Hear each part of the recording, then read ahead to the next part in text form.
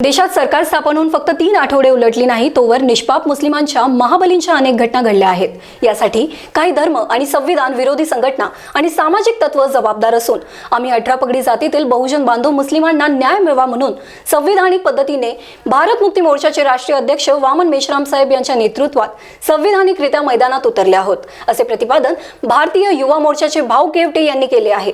ते उमरखेड तहसील कार्यात निवेदन करताना बोलत होते। भारत मुक्ती मोर्चा आणि राष्ट्रीय मुस्लिम मोर्चा द्वारे देशभरात आज तहसीलदार तथा जिल्हा अधिकारी यांच्या मार्फत निवेदन देण्यात आले। आज उमरखेड तहसीलातही निवेदन देण्यात आले। यावेळी बहुजन मुक्ती पार्टीच्या लोकसभा प्रभारी वर्षाताई देवसरकर, राष्ट्रीय मुस्लिम मोर्चाचे जब्बार शेख, राष्ट्रीय किसान मोर्चाचे पुंजाराम हटकरे, उद्दिष्ट इंटरनॅशनल नेटवर्कचे मिलिंद चिकाटी, राष्ट्रीय आदिवासी एकता परिषदेचे प्रल्हाद मेघी, राष्ट्रीय गौर बंजारा क्रांती संघाचे विनोद छत्रपती, क्रांती सेनेचे दीपक पाटील, जिल्हा आदिवासी नायकडा संघटनेचे पैलवान यांची राष्ट्रीय मुस्लिम मोर्चाच्या या आंदोलनाला आपले समर्थन दिले। नमस्कार, मी विद्वान केवटे, जिल्हा प्रभारी राष्ट्रीय मुस्लिम मोर्चा तथा तालुका पदाधिकारी भारत मुक्ती मोर्चा।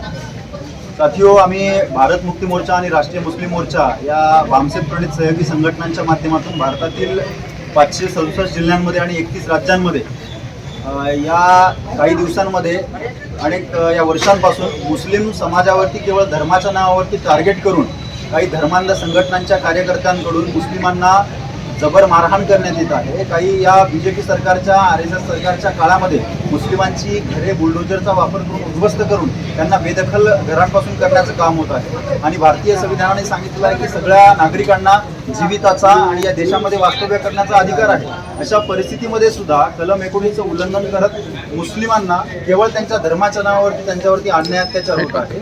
बीजेपी शासित जी राज्य आहेत त्या राज्यांमध्ये मुस्लिमांना त्यांच्या घरांपासून गैरसंविधानिक पद्धतीने बेदखल करण्यात येत आहे आणि लव जिहाद, 370, हिजाब अशा गुमराह करणाऱ्या गोष्टींपासून मुस्लिमांच्या विरोधामध्ये अनेकांच्या मनामध्ये जहर भरण्याचं काम RSS प्रणित बीजेपी सरकारच्या माध्यमातून देशभरामध्ये होत आहे।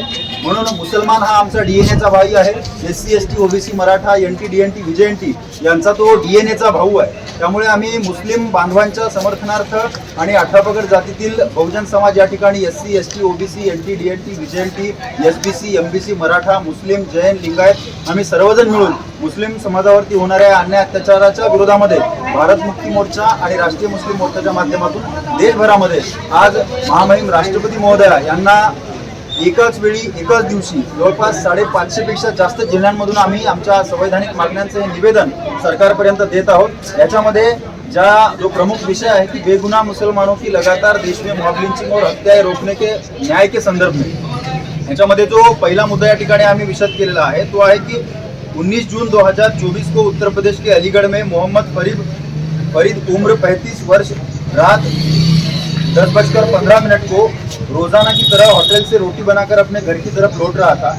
तभी मुख्य आरोपियों में अंकित वार्ष्णेय, चिराग वार्ष्णेय, संजय वार्ष्णेय, ऋषभ पाठक, गोनू पाठक, अनुज अग्रवाल, पंडित विजयगढ़वाला, कमल बंसल, डिम्पी अग्रवाल अपने 50 से 60 साथियों के साथ हमला बोल दिया और बेरहमी के साथ पिटाई तब तक की ये उन्मादी भीड़ करती रही जब तक कि वह मर न गया। मरने के बाद भी ये भेड़ियों का झुंड मारता रहा। बाद में उस हत्यारे भीड़ का समर्थन RSS BJP और बजरंग दल के लोग जिन्हें आरोपियों की गिरफ्तारियों की मांग करने के लिए आगे आना चाहिए था, वे आरोपियों को बचाने को और उसके लिए धरने पर बैठकर उन्हें संरक्षण और समर्थन कर शासन प्रशासन पर पुलिस पर विधि विरुद्ध जाकर दबाव बनाने का काम कर रहे थे। तो ये सारा मामला देश भर में आज संविधान के खिलाफ जाकर इन कुछ लोगों के द्वारा हो रहा है। तो हमारी कुछ मांग है, उनमें से हमारी पहली मांग है इन हत्याओं के दोषियों पर फास्ट ट्रैक कोर्ट में मुकदमा चलाकर कम से कम समय में फांसी या आजीवन कारावास की सजा दी जाए ताकि दूसरा कोई रामराव राठौड़, स्टार महाराष्ट्र न्यूज।